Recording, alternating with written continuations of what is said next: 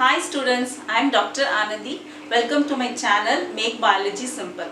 So, இன்னைக்கு நம்ம class என்ன பார்க்க போறோம்னா tools used in the recombinant technology. So, அதுல restriction endonuclease பத்தி நம்ம டீடைலா பார்க்க போறோம். So, வீடியோக்குள்ள நம்ம போறதுக்கு முன்னாடி இந்த சேனலை நீங்க புதுசா பார்த்தீங்கன்னா லைக் பண்ணுங்க, ஷேர் பண்ணுங்க, கமெண்ட் பண்ணுங்க, ஃபைனலா subscribe பண்ணிடுங்க. So, இன்னைக்கு டாபிக் என்னன்னா the tools for the recombinant technology. Tools available for the recombinant technology. So, இதுல வந்து நம்ம மெயினா பார்க்க போறது என்னன்னா restriction endonuclease, second DNA ligase, third polymerase, fourth vectors, fifth host organisms. So, restriction endonuclease is what we are going to discuss now. Next, DNA ligase for joining, and polymerase for synthesis, and vectors for the carrier which is carrying your foreign gene, and last host organism to which நம்ம இந்த plasmid உள்ள insert பண்றது host organism. So in the five important things வந்து very important as a tools which is without that we can't develop the recombinant technology. So இந்த அஞ்சுமே கண்டிப்பா தேவைப்படும். And first வந்து நம்ம பார்க்க போறது வந்து restriction endonuclease. Restriction endonuclease is first discovered in 1963. The first restriction endonuclease 1963 ல கண்டுபிடிச்சாங்க. அதோட அது எக்ஸாம்பிள் என்னன்னா HEND2. So இது வந்து நிறைய 900 restriction endonucleases so far discover பண்ணியிருக்காங்க. ஸோ ஒவ்வொன்றுக்குமே வந்து அந்த nomenclature அதாவது எப்படி name பண்ணுன்றது there is a specifications. So first letter that is H அது என்னன்னா genus. It is belong to the Haemophilus genus. The ரெண்டாவது second two வந்து species. அந்த species இந்த எக்ஸாம்பிளுக்கு வந்து it is influenzae. third வருது இல்லையா அது வந்து it is a strain. அது எந்த strainன்றதுனால அது D ன்னு கொடுத்தாங்க. It is RD strain. And last Roman letter வந்து the discovery number, that is Roman number is given. The order in which this enzyme was discovered. So இதுதான் nomenclature. So ஒரு enzyme நம்ம example சொல்லும்போது it is having this specifications to name it. So first வந்து genus, first letter genus, second two letters வந்து species, third பாத்தீங்கன்னா it is the strain, எந்த strainல இருந்து இந்த enzyme isolate பண்ணாங்கன்றது, and last Roman letter வந்து the discovery, எந்த attemptல அதை வந்து கண்டுபிடிச்சாங்கன்றதுதான். இதான் basic nomenclature of naming a restriction enzyme. So this is the first enzyme they discovered. Another enzyme which is very common and used in the RDNA technology is EcoR1. EcoR1. E வந்து Escherichia, that is a genus. Co வந்து it is a coli, it is a what to say species. R வந்து it is a strain. RY13 அதுதான் the strain number. And last Roman letter 1, it is the first endonuclease discovered in this E. coli. So the EcoR1. So this is a nomenclature of how to name or a restriction endonuclease every name பண்றது. And in the 1960s பாத்தீங்கன்னா it is two types of restriction endonuclease they discovered. So one வந்து adding a methyl group to the DNA which is developed in the bacteriophage in the E. coli. And second வந்து cutting the DNA, அது ஒரு gene வந்து cut பண்ணக்கூடிய enzyme. So cutting the DNA. So that cutting the DNA is otherwise called restriction endonuclease. So this is the way they are discovered and they got the name and how it has been classified. So we are going to see that restriction endonuclease are of two types. One is exonuclease, the other one is endonuclease. Exo mean at the extreme end. For example, if DNA is like this, DNA இப்படி இருக்குன்னா 5' to 3', 3' to 5'. இந்த extreme endல cut ஆகிறது it is exonuclease. That is the meaning of ends of the DNA. Endonuclease na center, within the meaning, specific position, within உள்ள அந்த ஜீனுக்குள்ள cut பண்ணக்கூடியது endonuclease. So restriction endonuclease in RDNA technology நம்ம எதை use பண்றோம்னா mostly endonuclease தான் வரும். Endonuclease. So இப்போ நம்ம வந்து plasmid, we have seen that E. coli is there. For example, E. coli, we have a extra chromosomal DNA, that is plasmid, and we have a chromosomal DNA. we have a chromosomal DNA. So this extra chromosomal DNA is called plasmid.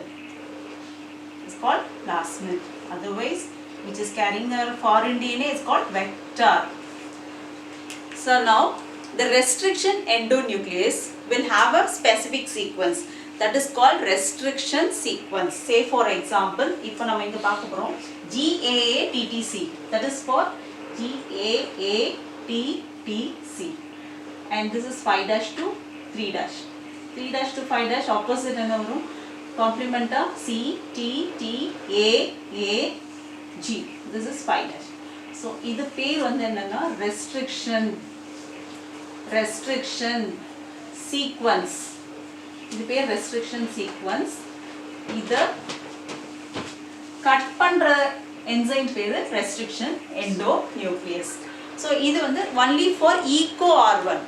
HIM3 க்கு there is a specific sequence. EcoR1 க்கு இதுதான் sequence. இந்த sequence ஜீன்ல எங்க இருக்கோ அங்கெல்லாம் இது cut ஆகும். So அதுதான் specificity. So அதுதான் நம்ம என்ன சொல்றோம்னா restriction sequence. So this restriction sequence எங்க இருக்குன்னா நம்மளுடைய plasmid. This is your E. coli.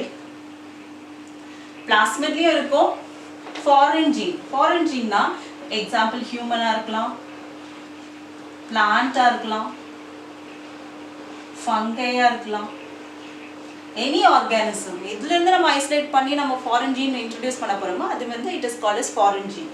So foreign geneலயும் இந்த sequence இருக்கு, restriction sequence.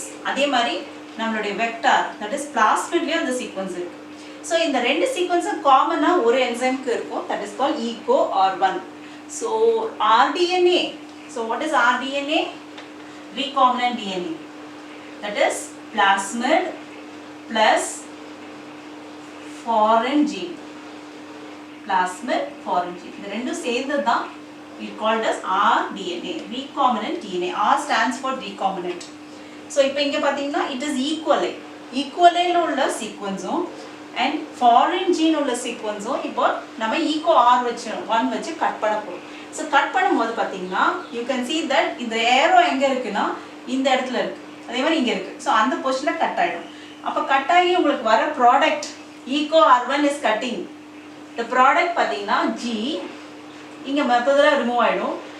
அந்த காம்ப்ளிமெண்ட் அதர் ஸ்ட்ராண்ட் வந்து பாத்தீங்கன்னா GTTA இந்த இடத்துல கட் ஆகுது.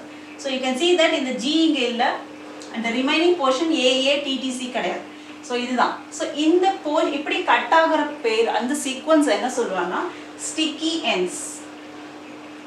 Sticky ends.